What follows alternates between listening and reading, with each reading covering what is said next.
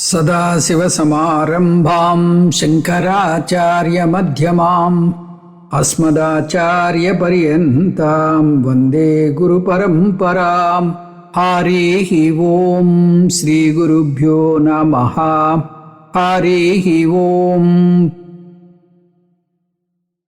We have completed up to 19th sloka in chapter 14, Gunatraya Vibhaga Yogam. Paramatma has given the analysis of Gunatrayam, how each guna binds a person. So this is discussed thoroughly. Now, Paramatma says, one who transcends these gunas will attain moksha. He is liberated. So, Gunatita will be liberated. This is the idea.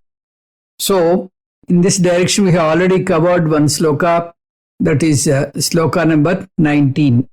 Now, 20th also carries the same idea. So, we will proceed to sloka number 20th in chapter 14. Gunanetanatītyatrin देही देह समुद्भवान् जन्म मृत्यु जरा दुःखैः विमुक्तो मृतमश्नुते.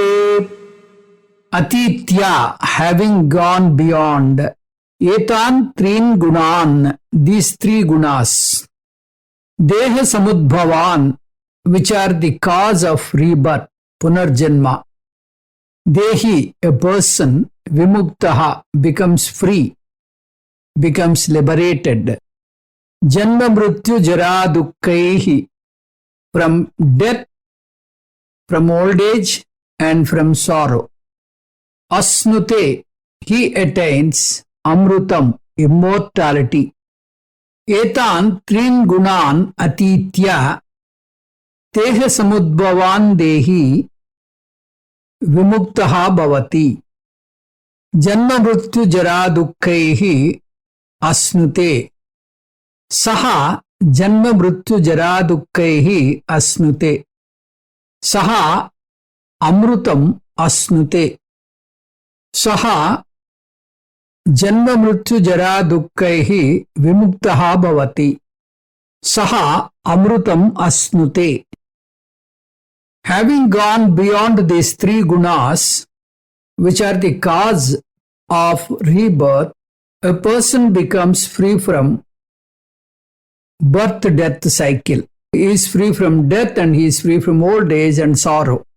And he attains immortality. Jnana phalam is clearly mentioned here in this sloka. Etan trin gunan atitya. Dehi means this jiva, this very individual. With the help of knowledge. What knowledge? Atma Jnanam, the reality of self.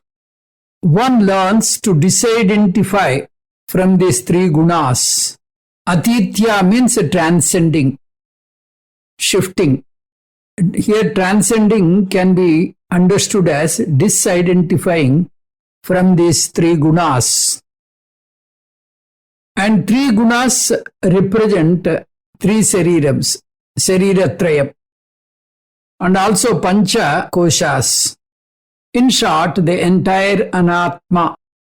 Instead of claiming that I am the body, I am the mind, I am this body-mind sense complex, I say that I have a body gifted by the Lord for a temporary use.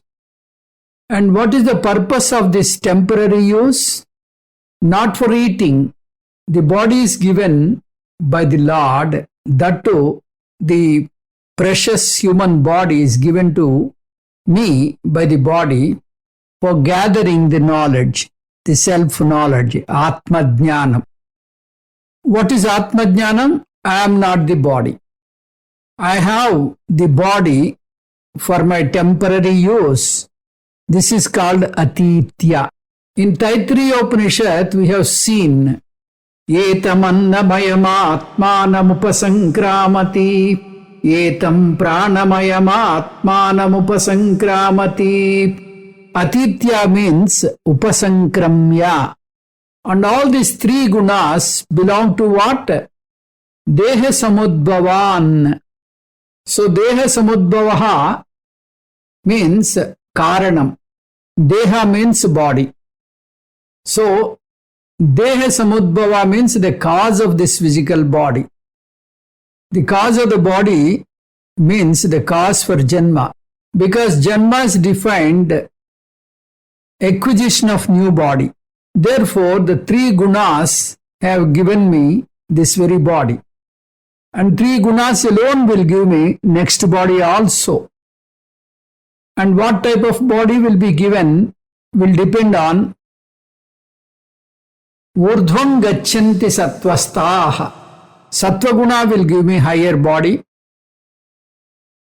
Rajoguna will give me the body in this very bhulokam. Tamoguna will give me the body in the lokas beneath the bhulokam. That is in the lokas of punishment. So, deha samudbhavaha punarjanma karana bhutaha. So these three gunas which are the cause of repeated acquisition of bodies. This jnani disidentifies from these three gunas. And when a person disidentifies from the gunas and the body, what happens? Vimuktaha bhavati. He is free. Free from what? Free from all problems which belong to this body. When I identify myself with the body's problems are my problems. When I identify with a car, if it is a brand new car, every small scratch pinches me. It is my car. So the abhimana makes me feel that I am the car. Similarly, the bodily conditions will be my conditions. When I identify with the body, and therefore when the body is mortal, I do not say the body is mortal. The problem is what? I am mortal. I say I am mortal. The body is mortal is not the problem, because hundreds of people are mortal and daily they are dying. In obituary column, we read about the deaths. When you read the news item, somewhere a boat tragedy occurs. Some 35 people died. You read the news drinking coffee and you may say maximum papam. Then you have forgotten that even. So the mortality of the body itself is not a problem. Death itself is not a problem, because hundreds and millions of deaths are occurring day by day. The problem is I am mortal. Mortality is not the problem. I am mortal is the problem. And Vedanta does not remove the mortality of the body, mind you. Vedanta removes the idea that I am mortal. How does it remove the idea? By teaching me the fact that I am not the mortal body, I am the immortal Chaitanya Tattvam behind this mortal body. Therefore, Vimuktaha Bhavati. He is free from all problems of the body. What are the problems of the body? First problem is Janma. Birth itself is a problem, because 9 months the baby has to undergo a lot of pain in the womb, lot of suffering in the womb, a solitary confinement. And once he comes out, the coming itself is a problem for both mother as well as the baby. So once he takes the janma, the problem starts in this very world. Some people say, I am not frightened by death. I'm not frightened of death. It is a clear bluff. But many people say, I'm not frightened of death, but my only prayer is that I should die instantly. I should pop off, preferably in sleep.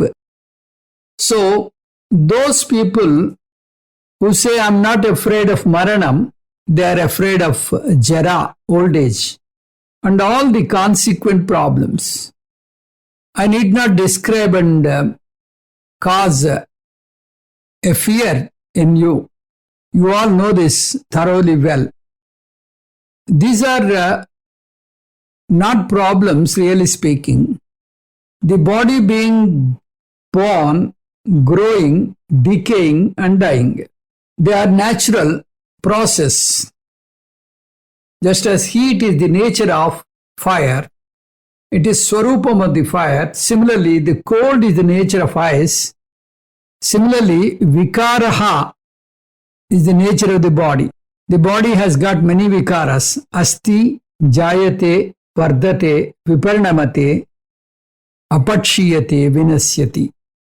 So, these modifications are must for body, mind, sense complex. And nature becomes a problem if I refuse to accept the nature of a thing as it is. Resistance to the fact is sorrow. Imagine I complain, fire is hot. Fire is hot. Fire is hot. That is foolishness. Similarly, the body's vikaras becomes problem. When I resist vikara, and I will resist the modification, if I got strong abhimana in the body, abhimana removes my objectivity towards the body. The identification removes my objectivity towards the body. I will say, let everybody else die because that is natural, except people from my house. That's why Paramatma warned in the very second chapter. Jatasya dhruvo mrutyuhu, dhruvam janma mrutasya cha. Tasmad apariharye ardhe, natvam sochitum arhasi. When I discover the fact that I am Sakshi, I learn to look at my body objectively. And the moment I get this objectivity, I accept this body does not have any speciality. And the moment I get this objectivity, I have a different perspective. Therefore, this body is like any other body. Therefore, it has to grow, modify, and ultimately go. Thus, Sakshi Jnanam gives me objectivity with regard to my own body. Therefore, old age is a fact. It is welcome. Even if it is not welcome, at least I have no resistance. And along with the old age, the joint pain says, I am here, I am here. And ear will lose the hearing capacity. Eyes will lose the seeing capacity. Buddhi is always a problem in the old age. Therefore, these things are natural. I objectively see and accept. Once the objectivity comes, the intensity of the problem comes down. This is called Abhibhava method. You do not remove the problem of the body. The body would have to go through the conditions. The conditions are intact, they are not changed.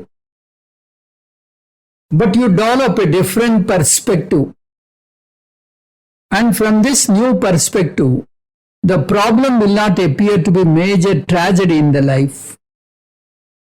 Like when sun rages, what happens to the stars? During the daytime, there are stars in the sky, isn't it? There are stars. We know there are stars in the sky during the daytime also. But what happens? The stars are as though removed because of powerful sunlight, the dominance of the sunlight. So, what does the sunlight do? It does not destroy the stars, but it makes the stars as though non-existence by making the starlight extremely insignificant. Similarly, I am Sakshi. This very jnanam will not change the physical conditions, will not change the family members, will not change the water situation. All the prarabdha conditions will prevail. But I develop a new perspective from which they are not worth talking about. That's why they give the example of Anjaneya. Anjaneya thought that crossing the ocean is a big task. But the moment he thought of Lord Rama, the ocean became a small pool of water. Goshpadikruta Varasim. The ocean became what? A small pond. Ocean did not change its size, but because of the remembrance of Lord, he got extra strength. From the standpoint of that strength, the big ocean became small. Then what about the powerful Rakshasas? Masikikruta Rakshasam. All the Rakshasas became mosquitoes. Means what? Even if they bite, it is not felt.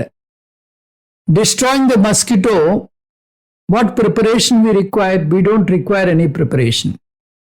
Effortlessly you can kill. Therefore, this knowledge gives me a new perspective from which all these so-called problems are insignificant, like pinpricks, and therefore vimuktaha bhavati. They are not worth talking about. This is called Jivan Mukti. So Jivan Mukti is making the life's problem insignificant by changing the perspective through the knowledge. And this is called Jivan Mukti. The result of this knowledge is Amrutam Asnute. Not only the mortality of the body is not a serious problem for him, he has also wound up his immortality nature. Therefore, Amrutam Asnute. So he wound up the immortality nature. Therefore, Amrutam Asnute. He attains immortality. Again, immortality means it doesn't mean that he will not die. The body will fall, but his that eternal nature, the Chaitanya Tattvam, continues. Who attains immortality, Ahankara or Sakshi Chaitanyam? Ahankara or the body cannot become immortal. Atma need not become immortal. Attaining immortality is shifting my abhimana or identification from the mortal body to the immortal Atma. This is called Jivan Mukti.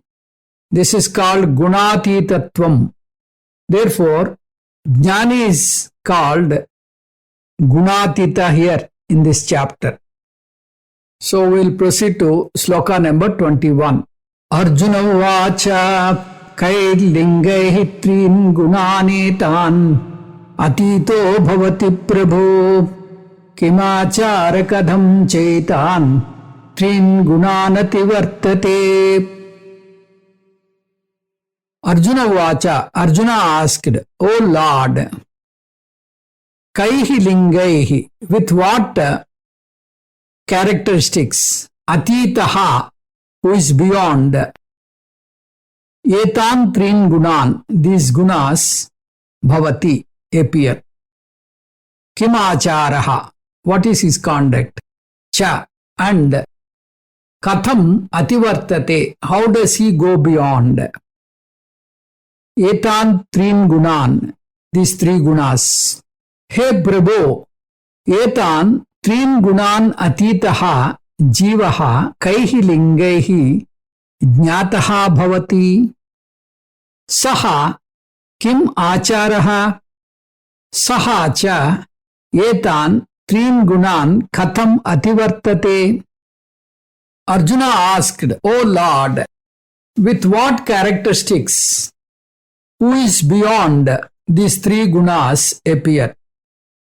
What is his conduct and how does he go beyond these three gunas? Arjuna is inspired by the Lord's teaching and naturally he wants to know more about that jnani who becomes gunatita, and therefore Arjuna asks the Lord, Arjuna Uvacha, Prabho etan gunan atitaha kaihi lingaihi bhavati. Lingam means characteristics, indicators. So what are the characteristics of the indicators of a person who has transcended the three gunas successfully? Exactly as he asked in the second chapter. Sthita prajnasya kabasha. Will there be any change in his physical body? Whether he will slim or become fat? Will there be a change in his attitude? Will there be a halo around him? Because in the pictures you see all halos for jnanis. Now you are wondering, when you are going to become a jnani, daily morning, at least when you go to wash your face, you look at your face and try to see whether you have a halo or not. This is not the message to be carried home.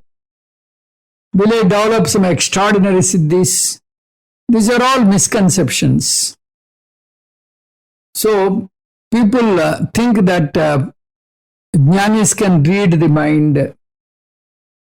Vedanta deals with all the questions and therefore Arjuna asked, what are the indicators? How to know whether one is beyond these three gunas or not? What are the indicators?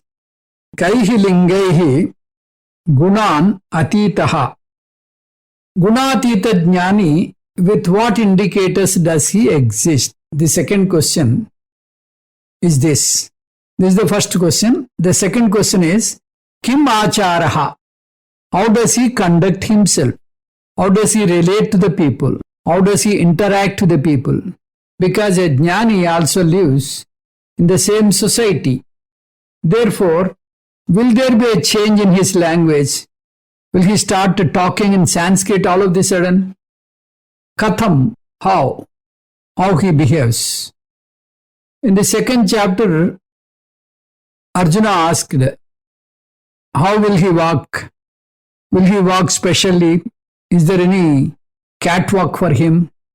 Like that. How does he eat? All misconceptions. That is why anybody who is physically different, with a long dadi, shabby head, he must be a jnani. That's what people conclude. We have all these kinds of misconceptions. There should be an external change or else have a shaven head. Some change people want to see in jnanis. Therefore, we have to do something for others also. There is no other change. The whole difference is fear inside. We look for what is over the head. We should look for what is inside the head. There is no other difference other than clear understanding about the self. There is no mysticism connected to Vedanta. Anything mystical belongs to non-Vedantic subject. Vedanta has no mysticism, even an iota in it. This conclusion even Arjuna has. Therefore, he asked, how does he conduct himself? This is the second question. What are the characteristics? How does he behave? And then the third question is, Katam cha etan gunan ativartate. How does he transcend the three gunas? Is it physical journey? Some people expect some kind of physical journey for moksha, going to some other loka. Some people expect a transformation in time. Some people expect some kind of sudden flashy event. So there is no event called liberation. There is no timeless transformation. There is no spatial journey. It is nothing but clean understanding of an ever obtaining fact. What is that fact? Fortunately, I am ever free. Therefore, he poses the question, how does he transcend the three gunas? So this is Arjuna's question, for which Krishna gives the answers in the following verses, which he will, after elaborately talking about three gunas and also how they bind a human being, Paramatma pointed out the method of becoming gunatita, which is the only means to liberation. And that method which he gave in the two important verses, 19 and 20, is only because Anatma cannot become gunatita. Atma is ever gunatita. And through the knowledge, I came to know that I am ever gunatita.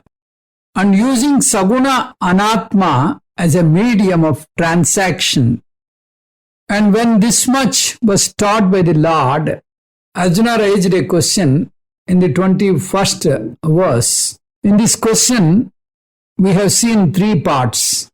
The first part is Gunatita Lingam. The second part of the question is Gunatita Acharaha. The third part of the question is Gunatitatva Sadhanam.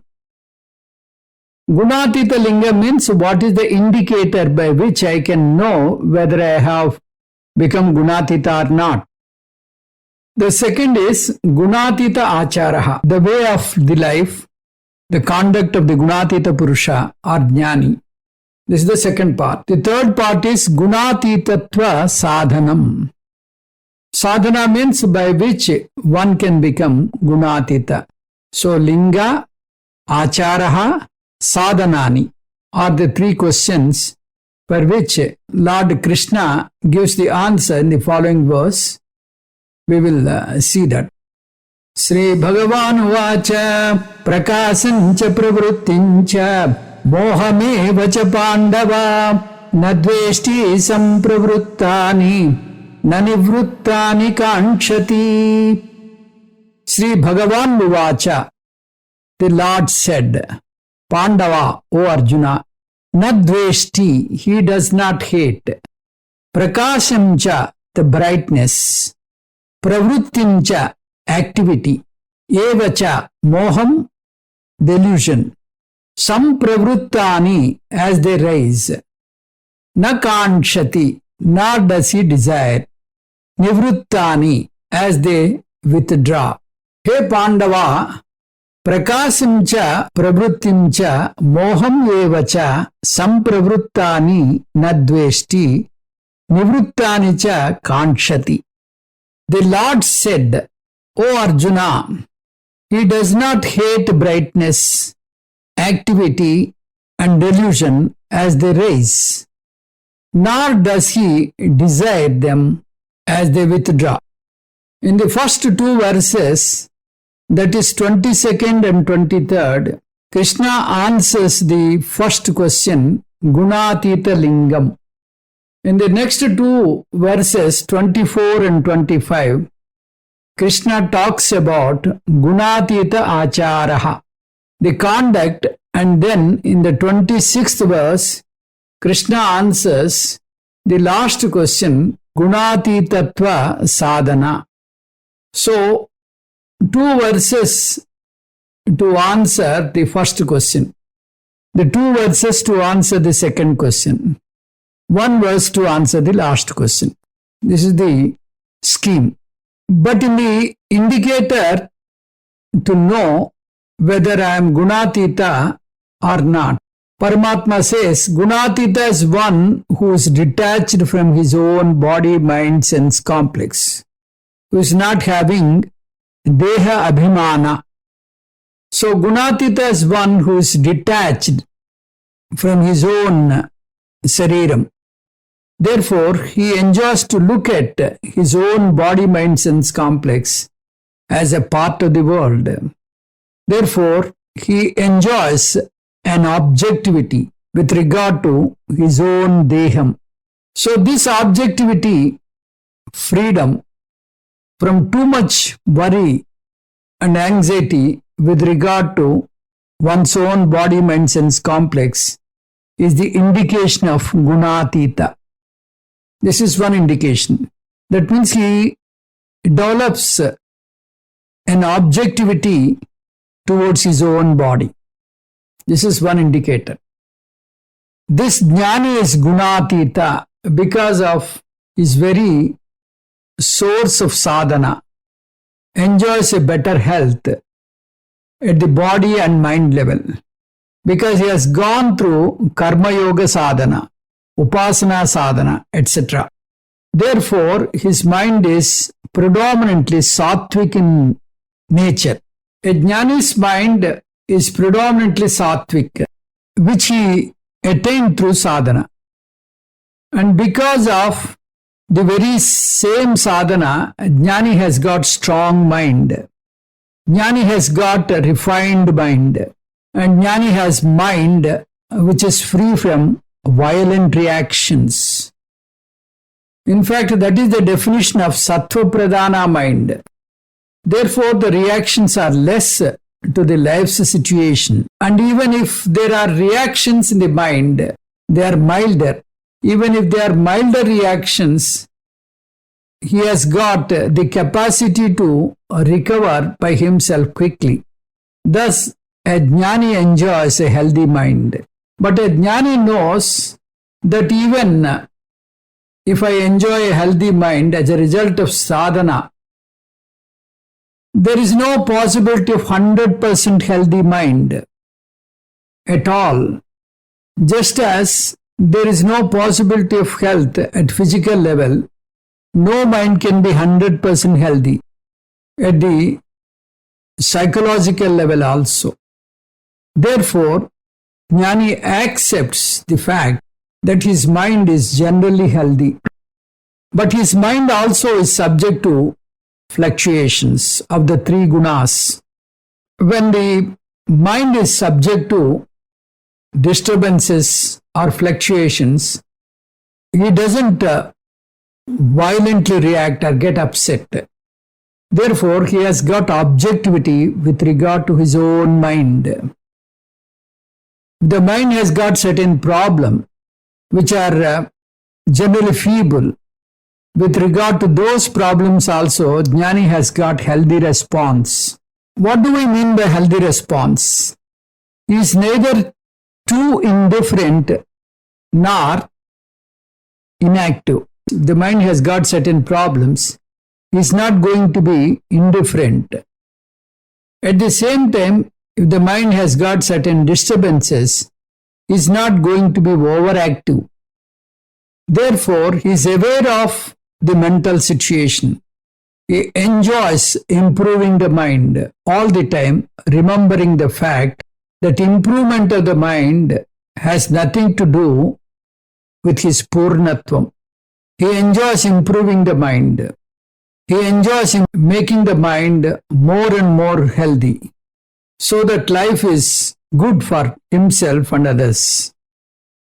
But all the time, he remembers the fact that the conditions of the mind have nothing to do with his Purnatvam, because he is the Atma who is different from the mind. Therefore, Krishna Paramatma says, Prakasancha pravrittincha. Jnani's mind enjoys prakasam. Predominantly, prakasam means sattva guna. Pravrittimcha, Jnani's mind is rajasic also. So he enjoys various gunas passing through his mind. He knows his mind is not 100% sattvic, for that matter. No mind is 100% sattvic. So he passes through rajoguna, he passes through tamoguna, he enjoys. Therefore, a jnani's mind is subject to what you call the differences in the proportion. In the three gunas, not only there is a difference, these proportions will also vary. Vary also means what? There are times when tamoguna is predominant. Afternoon, after a good lunch, anybody has got what type of mind? Tamoguna. He wants to sleep. Jnani's mind also has got rajoguna predominance. If you take the duration, most of the time he is sattvic. Jnani is aware of this fact. Sampravruttani. When three gunas are ripe at different times, Nadveshti, he does not hate his own mind. When tamoguna is predominant or rajoguna is predominant, he does not hate his own mind based on the guna. Na nivruttani na kanshati. When gunas go away, when gunas recede at a particular time, sattvic guna is receding at a particular time, na kanshati. He is not attached to sattva guna also. He is neither attached to sattva guna, nor attached to rajoguna, nor attached to tamoguna. So if a guna comes and if a guna goes, he doesn't bother. So accepting one's own mind is the indication of gunati tattvam. 23rd sloka. Udasina vadasino gunairyo na vichalyate guna vartanta ityeva yovatishtati ningate. Yaha asinaha. He remains udasinavat, as if he is indifferent. Na vichalyate, he is not disturbed. Gunaihi, by gunas. Na ingate, he does not waver. Yaha avatishtati, he remains firm. Iti, with the understanding that gunaha eva vartante, gunas alone interact. Yaha udasinavat asinaha gunaihi na vichalyate. Yaha cha gunaha vartante iti matva evam avatishtati cha na ingate. He remains as if he is indifferent. He is not disturbed by gunas. He doesn't waver. He remains firm with the understanding that gunas alone interact. Paramatma explains the same idea in this verse. What do you mean by the acceptance of one's own body-mind sense complex, or the objectivity, or healthy response? Generally, the problem of an ajnani is extreme responses to situations. One extreme response is total indifference. It is a tamasic response. When a physical body has got some disease or sickness, imagine I do not feed the body at all. I am not careful at all. That indifference or carelessness, inaction, is one extreme response, which is called tamasic response. There is yet another extreme response. What is that? The moment a doctor says that you will have to go through some blood test, then immediately he imagines extremely. He is totally worried. He imagines the worst possible disease. Would it be cancer? Would it be AIDS? Would it be leukemia? This is a violent reaction, which is called Rajasic response, which causes anxiety, tension, fear, stress, strain, etc. This is one extreme. One extreme is total inaction, the other extreme is overaction. One extreme is inaction, the other extreme is overreaction. What is the healthy response? Neither inaction nor overaction. Healthy action to improve the situation. If the body has got some problem, there is no panic. At the same time, there is no complacency also. What is to be done? You have to act according to the situation. You have to rise to the situation and act accordingly. You cannot be inactive, nor you cannot be overactive. This is what we call healthy mind, a sattvic situation. Therefore, you have to handle the problem of inaction and overaction. So that means you have to improve the mind and see that you come back to sattvic nature. So, there is no question of 100% perfection of the mind. No Jivan Mukta has got 100% perfect mind. Just as no Jnani has got 100% body, perfect body, no Jnani has got 100% perfect mind. Mind can be refined externally, and a Jnani enjoys refining the mind, not for liberation, but as a liberated person.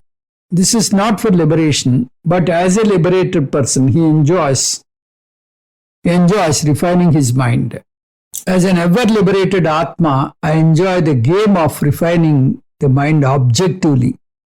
Therefore, Krishna Paramatma says, Udasinavat asinaha. Jnani appears as though he is indifferent. Because when the body falls sick, he does not violently react to the sickness. It appears as though Jnani is indifferent to his own health. But Paramatma says he is not indifferent. He is as though indifferent. As though indifferent means there is no violent reaction. But at the same time, there is no inaction also. Whatever is required, he will attend to it. He will do the needful. Therefore, Udasinavat means he is balanced with regard to his own body, mind, sense complex. Gunaihi na vichalyate. So, in fluctuations of three gunas, he is not disturbed at all.